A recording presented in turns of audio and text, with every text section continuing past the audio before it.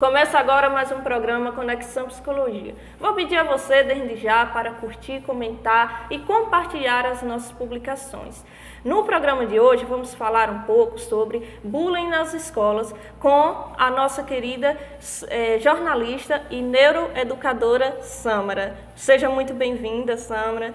É um prazer te receber aqui. Muito obrigada por ter aceitado o nosso convite. Prazer é todo meu, especialmente aqui na minha terra, né? Nasci aqui, depois fui pra lá, pequenininha, volto, sempre que dá eu volto. E dessa vez eu volto trazendo um pouco mais do meu trabalho ao longo desses 10 anos, né, Deia?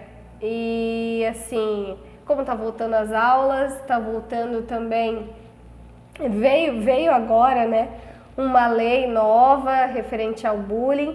Então, eu acho que esse é o momento da gente falar muito sobre esse tema, sobre esse assunto. Sim. Que eu já falei ao decorrer de 10 anos, mas sempre tem novidades, sempre tem... Muita gente não sabe também o que é de fato o bullying, né? Sim, exatamente. E é por isso a importância, né, de poder falar através dos veículos de comunicação, né, o que é o bullying, esclarecer para a sociedade, né, o que é.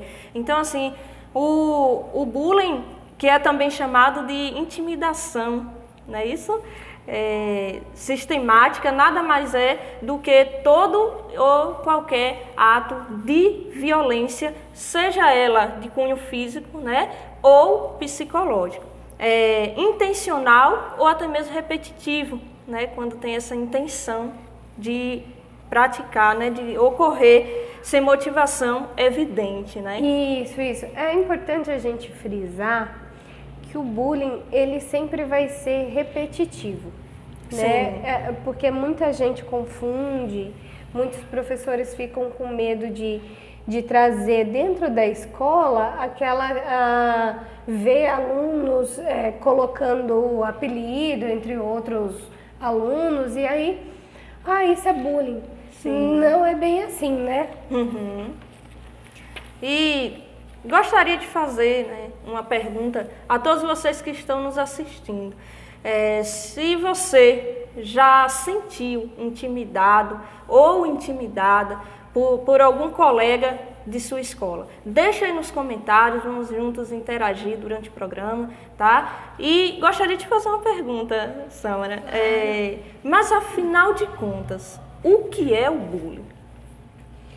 Bullying, ele é um ato intencional, né, e repetitivo. Sim. Essa intenção tem por trás o desejo de ferir o outro, tem esse desejo de agredir mesmo, de violentar, mas não é necessário fisicamente, mas psicologicamente mesmo, tirando a autoestima dessa criança ou desse jovem, ou até mesmo de um adulto, né?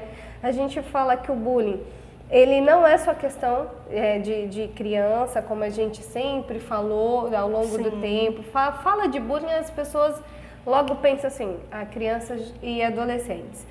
Mas, na realidade, o bullying, ele muitas vezes pode começar dentro de casa, né? Exatamente. Muitas vezes começa.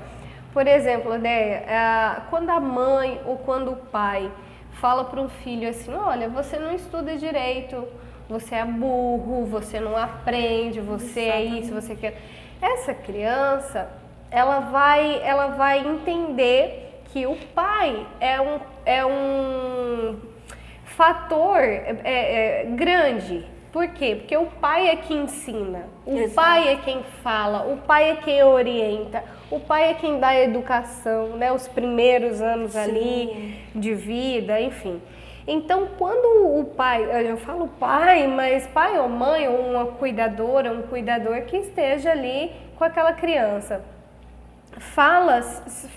profere falas que são difíceis mesmo para aquela criança, e muitas vezes eles fazem isso inconscientemente, né? De uma forma tão inconsciente que não sabe, não tem a mínima ideia de que isso é um bullying, de que isso é uma agressão. Porque se eu repito o tempo todo com meu filho, não é um burro, que não produz, que não sabe estudar direito, que não sabe arrumar a cama, que é preguiçoso, que é isso, que é aquilo. Essa criança, ela vai acreditar nessas palavras.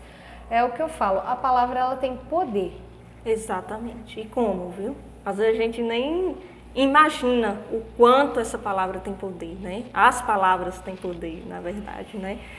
E aí o que acontece? Só para complementar.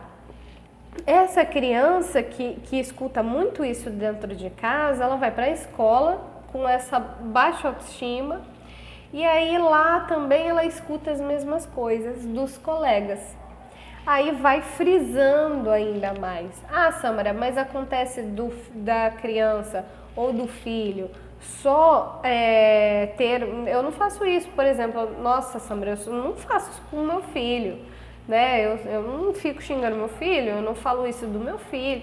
Mas muitas vezes essa criança, isso pode não acontecer em casa, mas acontece dentro da escola. Né? E aí o prejuízo é o mesmo. É pior quando tem em vários locais. Né? Por exemplo, escola, dentro da família, igreja, porque o bullying ele é um fator social. Então ele acontece em qualquer lugar, em qualquer momento. Acima de 2 pessoas pode ocorrer um bullying, né? Exatamente. Mas vamos falar da lei que veio recentemente agora, né, neste ano.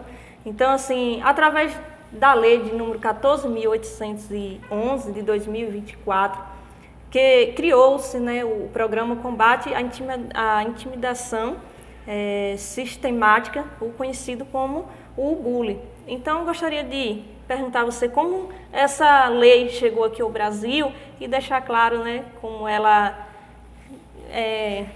progride aqui no Brasil, né? Ela rege aqui. Ela é uma lei nova, né? Então, como essa lei é nova, porém já existia uma outra lei, que é a lei de 2015. Essa lei de 2015 foi referente à tragédia de Realengo, que eu cobri a tragédia como jornalista.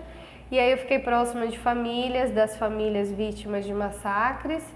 E foi através dessas famílias, eu friso bastante isso, porque se hoje nós temos uma lei que criminaliza o bullying e transfere alguns tipos de crimes como hediondos, é graças às famílias, né, não só de Realengo, mas todas as famílias que perderam também seus filhos dentro de escola. Essas famílias foram até Brasília, né? Brigar, foram buscar ajuda, foram falar, olha, o bullying é uma situação séria, o agressor, né, que cometeu esse crime, o de Realengo, ele passou por bullying, todos, grande parte passaram, né?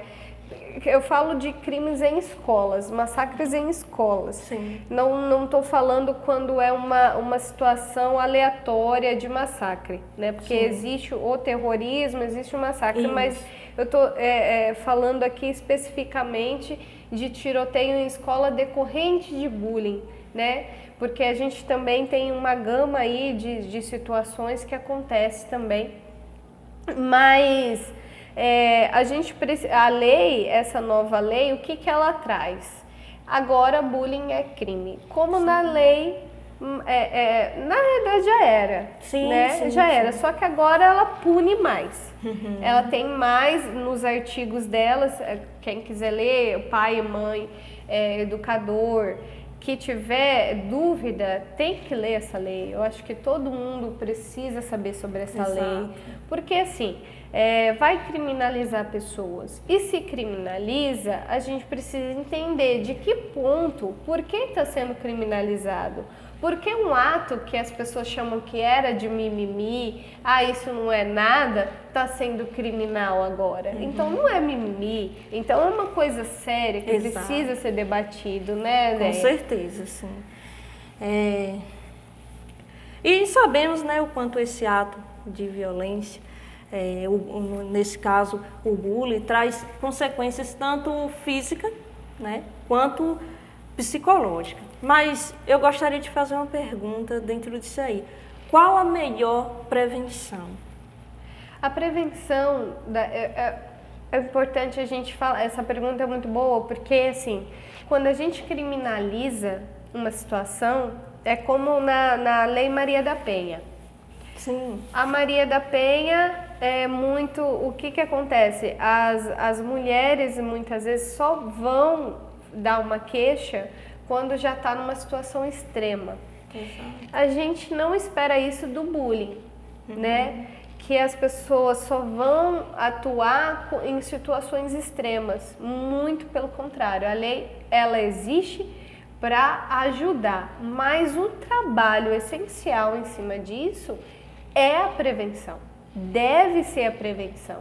Nós precisamos criar políticas públicas, nós precisamos de psicólogos dentro de escola. Sim. Já temos, né, essas leis que infelizmente não estão... É lei para que os psicólogos estejam atuando nas escolas, bem como também os assistentes sociais também têm que estar atuando nas escolas. Mas assim, falando em prevenção, tem muita coisa para falar sobre isso. Assim. Dentro dos meus estudos, desse meu último livro que eu lancei, eu tenho todo um estudo referente à questão emocional e questão da arte, né, envolvida. Por exemplo, a criança, ela precisa, não só a criança, mas todos nós precisamos aprender a validar nossas emoções e os sentimentos. Sim. Né? Então, essa coisa de, não tô sentindo, não fiquei chateado com o que o outro falou. Não, tudo bem ficar chateado. Eu explico isso para as crianças, sim, né? Exato. Toda vez que eu vou dentro de uma escola, eu falo, tudo bem ter raiva, mas o que você vai fazer com essa raiva? Para que não vire uma raiva tão grande que chega a um ponto de se matar, que é o que eu falo de suicídio, né? Ou matar alguém, que foi o ápice onde nós chegamos na questão do Brasil. Então, é tão sério isso. A questão do envolvimento com as emoções, da gente entender e trabalhar essas emoções, que realmente ela retira mesmo a violência da sociedade, né? Sim. Mas não é assim, num passe de mágica. Primeiro é entendendo quando eu tô ruim, quando eu tô bem, quando eu não tô bem. Exato. Entender, validar tudo isso. Aí o que eu faço com tudo isso?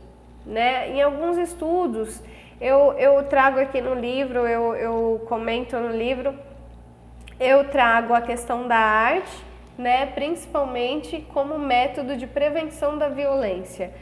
Sâmara, mas como que é isso? Né? Infelizmente, nossos pesquisadores têm feito poucas pesquisas em cima disso, da questão da arte como método de prevenção à violência, mas como psicólogo você sabe que a catarse, o que a gente chama dentro da psicologia, o efeito de expurgação das coisas, dos sentimentos ruins, né? O catarse é isso, é tirar essa sensação ruim de dentro, essas emoções, né? Que a gente chama de iradas. Enfim, e quando a gente está assistindo um filme, por exemplo, a gente chora às vezes com o personagem, né? Exato. Esse é um efeito de que a gente está ali aprendendo a lidar com as emoções, com os sentimentos, tirando muitas vezes a gente está chorando num filme, né? É muito engraçado isso.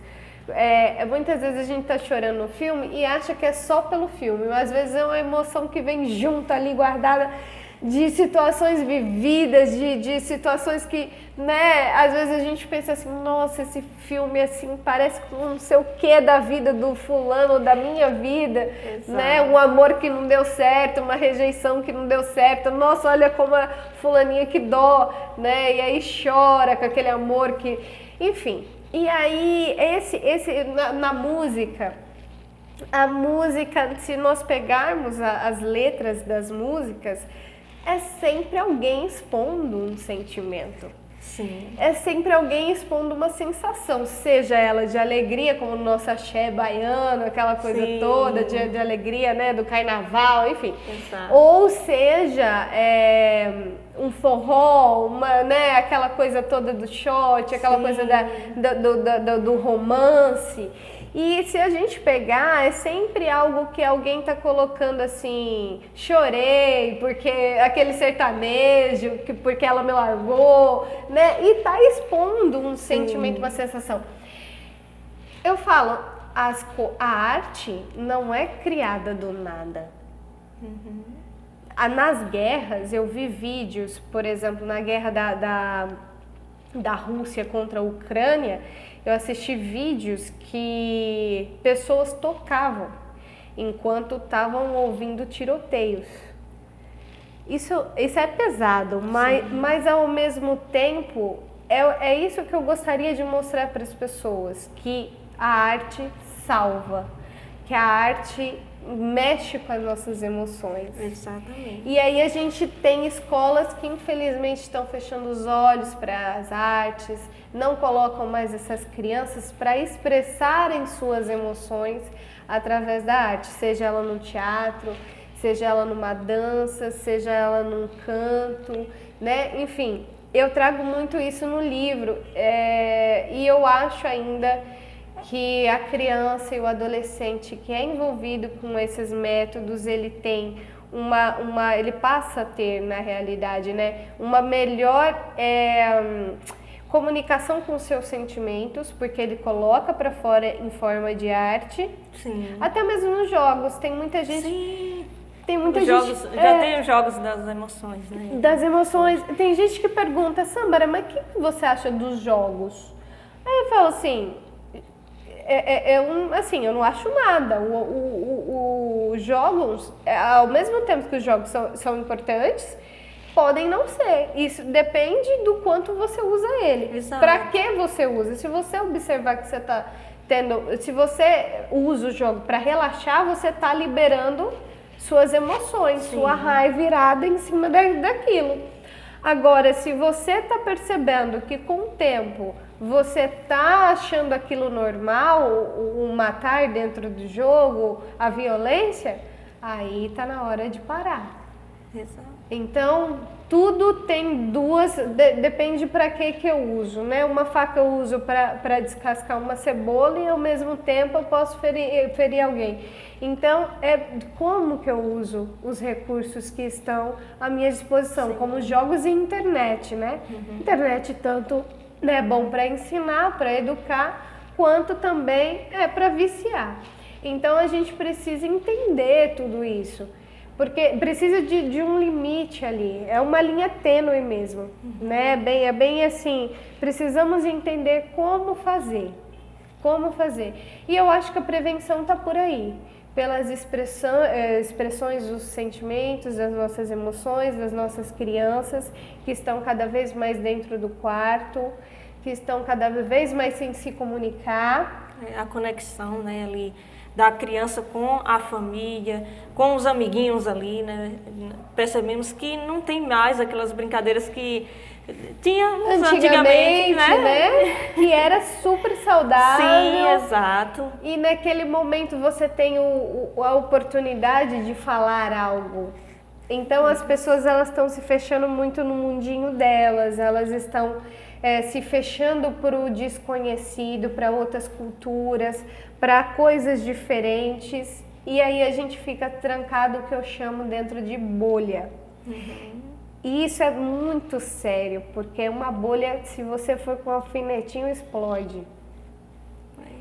Então, o que eu observei muito dentro dos meus estudos, principalmente com atiradores, é que eles viviam dentro de uma bolha.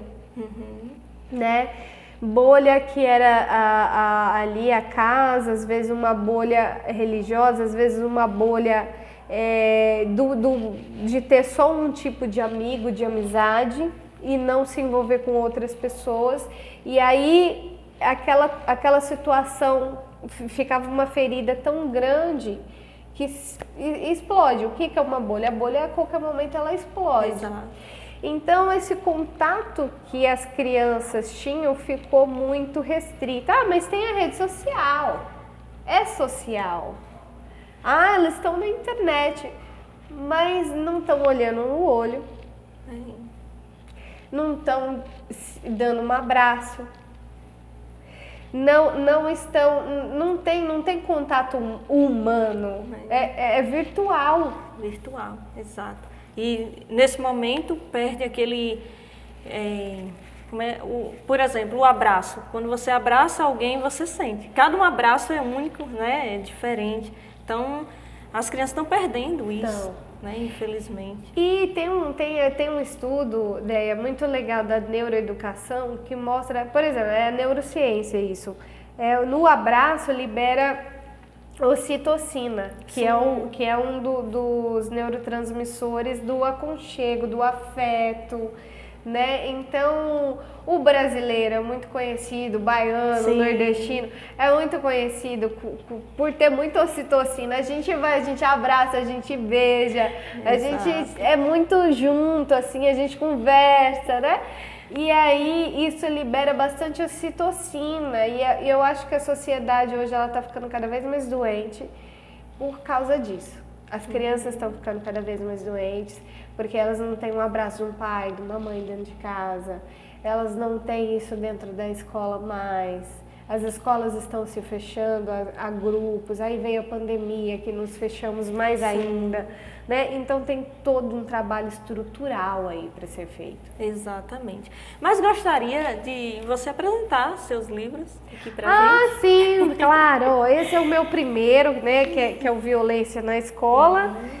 Esse foi um dos primeiros, o meu primeiro que eu fiz, que fala das tragédias, Sim, né? Muito E esse daqui eu lancei o ano passado, que é só sobre prevenção. Sim. Né? Que maravilha. De valorização à vida e também de prevenção ao bullying. Dentro desse livro tem histórias, ao contrário do meu primeiro, que tem histórias muito difíceis de famílias que perderam filho, né? Que foi um TCC que eu fiz na faculdade.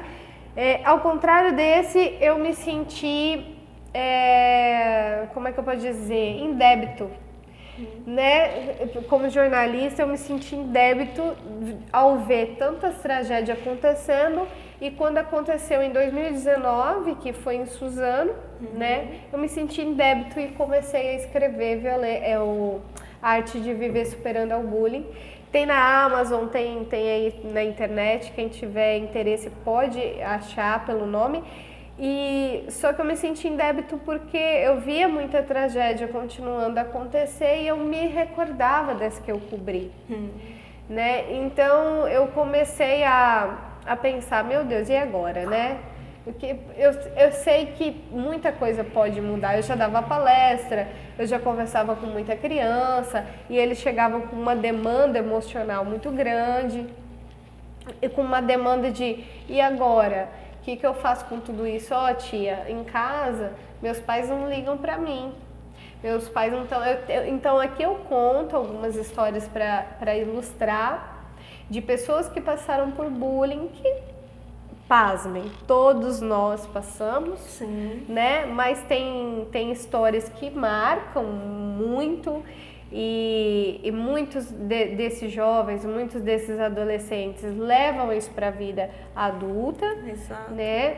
E é aquela pessoa que não consegue se colocar, ela não consegue falar, ela não consegue ir para a vida, porque está sempre ali achando que vai ser rejeitado, porque por trás do bullying tem o processo da rejeição. Sim. Né? Então, são jovens e crianças que precisam continuar a sua vida. Exato. Eu acho que essa é a essência, né? Continuar a viver. Eu acho que é por isso a arte de viver. Sim. Continuar a viver, mas não é viver de qualquer forma. Não é viver de qualquer forma. É viver bem, sendo protagonistas. Da sua própria história, Sim, né? Exato. Então, por que eu falo isso? Porque, assim, a nossa sociedade não olha para isso, e criança e jovem que é depressivo, que nós sabemos que o bullying leva as pessoas a terem inúmeros transtornos, né? Criança ansiosa, depressiva, não trabalha, não produz, não estuda, não faz nem sequer amizades, porque muitas chegam para mim e falam, tia, eu não consigo, não tenho amigos, né? Então, isso ela fica presa.